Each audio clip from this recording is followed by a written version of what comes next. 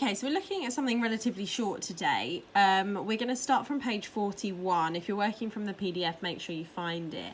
Now, Mr. Ellesmore and I are back at school today, and so what I'm going to do is, and you'll see it, and I've already explained it as well. I'm just going to upload pretty much everything onto Google Classroom so that you can use it. But you can go through and do it all in one go if you want to, but I don't think you should, because the videos will be uploaded one by one, and the videos are really going to help you guide you. So that's what you've got to wait for the videos. So we're going from Act 2, page 41. So they've just finished talking about the photograph, and the inspector actually then shows it to Mrs. Burling. This is where we see that obviously Mrs. Burling has quite a lot to do with what happened to Eva Smith. So you can see that she sort of says, I don't see any particular reason why I should. Now, again, Mrs. Burling is always sort of trying to get herself out of this situation. She's always sort of trying to say, you know, I don't think I come into this. So again, Mrs. Burling comes across very, very arrogant here. The inspector says, probably not, but you better look at it. Very well. He produces the photograph, and and make sure you've read this through before we read it. So you need to have read pages 41 to 43, because I will skip parts. Now, Mrs. Burling doesn't recognise Eva Smith, or the photograph of Eva Smith, and she then tells the inspector that she doesn't understand him. But the inspector actually says, you mean you don't choose to do, Mrs. Burling? Now, I think it's quite interesting that he says that Mrs. Burling chooses not to understand him. Now, there's a point to that. It's a really, really pointed statement. What he's trying to say is that she chooses what she understands and what she thinks. And if she doesn't understand something, it's because she's choosing to be ignorant. So basically here, he's called her ignorant. And the inspector does tell her, you know, you're not telling the truth. Now, she gets angry, and Mr. Burling gets angry. He says, look here, I'm not going to have this, Inspector. You apologise at once. Apologise for what? Doing my duty? No, for being so offensive about it. I'm a public man. Now, the inspector isn't doing anything that you would expect a police officer not to do. He says, you're not telling me the truth. He's not angry about it. He's not rude about it. He's stating a fact. You're not telling me the truth. And Mr. Burling gets angry. Now, what he does here is when he says, I'm a public man, that means he works in politics. So what Mr. Burling is doing is he's pulling rank. Make sure you're annotating this. He's using his status as a politician to get out of a situation that makes him feel uncomfortable, which is precisely really showing that these men are very, very corrupt, that they use their status to get out of taking responsibility, really. But the inspector actually says, and he says this massively as well, look at that adverb, public men, Mr. Burling, have responsibilities as well as privileges. Now, this is really a way, and you need to write this down, this is really a way that the inspector is sort of voicing Priestley's opinion. And Priestley's opinion at that time was that the politicians and the older men and these men who had power were actually causing a lot of heartbreak and hurt in society, because they wanted the privilege that comes with power, but they didn't want the responsibility. So in other words, they want to be seen as the person with power, and they want to have the respect that comes with power, but they don't want any of the responsibility that comes with power. So actually, they're doing this all for show, not out of the goodness of their hearts, which is where he's really saying that there is there is a lot of corruption of power in 1912. So basically, that politicians are there to take the privilege, but they're not actually responsible for anyone apart from themselves. And Burling says, possibly, but you weren't asked to come here to talk to me about my responsibilities. So he's like, you know, basically, again, pulling rank. You're not going to question my responsibilities. Now, Sheila does actually say, I'm beginning to wonder, meaning, why was the inspector sent here? Perhaps he was sent here to make us feel responsible for what we've done. And Mrs. Burling just sort of says, you know, does that mean anything, Sheila? So again, she's getting quite angry at her. Now, when you look through this speech, I want you to actually have a look at how Sheila takes responsibility. So this whole thing is really her talking about sharing out the blame. And that's important because Sheila is the first character that we have seen actually take responsibility for what has happened.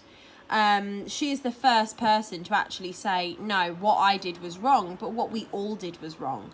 So Sheila takes social responsibility. So you need to write that down as well. And if you have a look at the way she describes it, so father threw this girl out because she asked for decent wages. So again, she's not actually raising anything that's unreasonable. And also she uses that really violent verb threw. And that contrasts with that verb asked, that one is very polite and one is very violent and horrible. So again, she's proving that her father is very corrupt.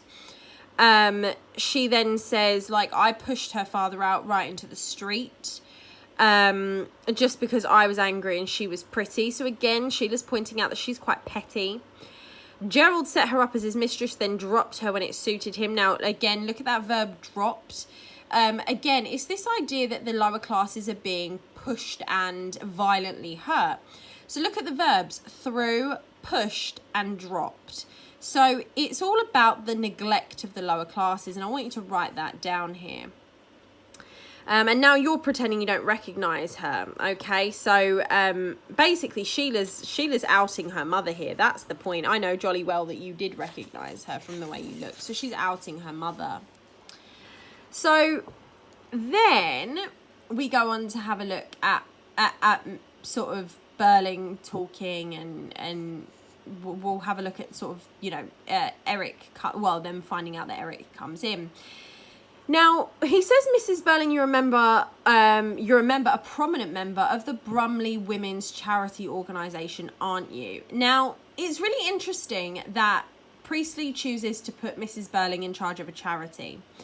Mrs. Burling is not a nice person. She is not a charitable person. At no point have we got the idea that Mrs. Burling is a charitable, good person.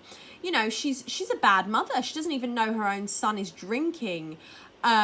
She's rude to people. She thinks that she's better than everyone. It doesn't really seem like the type of person you'd expect to work at a charity. So really, Mrs. Burling contrasts the type of person we would expect to work at a charity, which really shows that she only works there for appearances. So there you go. Now, Mrs. Burling talks about how she's done a great deal of useful work in helping deserving cases. Now, when she says that, it really does foreshadow that she knows Eva Smith, and she is saying that she's undeserving of their help, which we know is quite horrible because, you know, Eva Smith has had a very, very hard life. Now, it was just 2 weeks ago that actually they had a meeting. So, and then they find out that, you know, Eric's come in.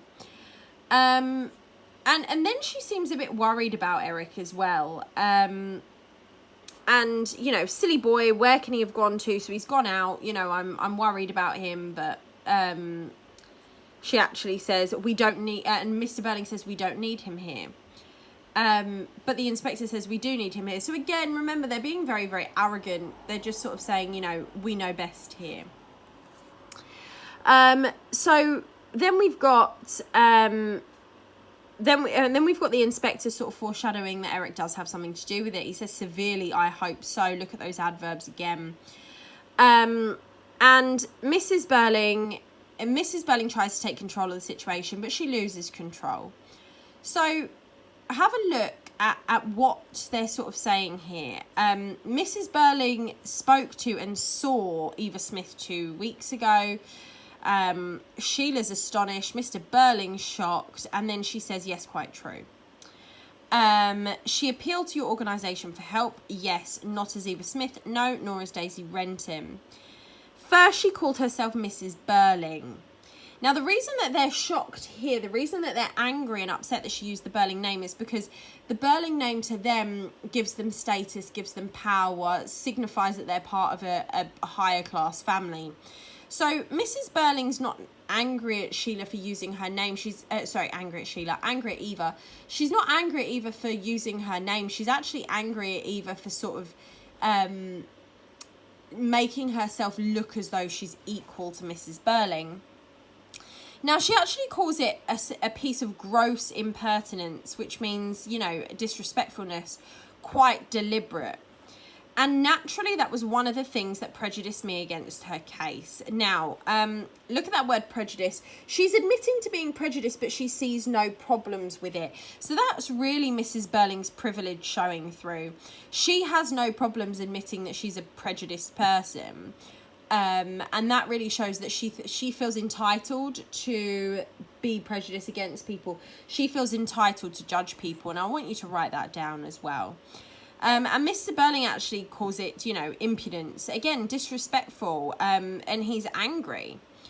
And the inspector says, you admit being prejudiced. And Mrs. Burling answers with a very short one-word sentence. Yes. Again, it's showing that arrogance. She thinks that she has the right to be prejudiced. Sheila says, Mother, she's just died a horrible death, don't forget. So again, Sheila's trying to appeal to her mother's sense of conscience, but does her mother have a conscience? I'm very sorry, but I think she had only herself to blame. So Mrs. Burling's very much victim blaming here, very much showing us that she doesn't have that empathy, and Sheila wanted her to have empathy, but she doesn't actually have any. Okay, so I'm going to finish it there because we'll move on to Act 2, pages 43 to 49 on the next video.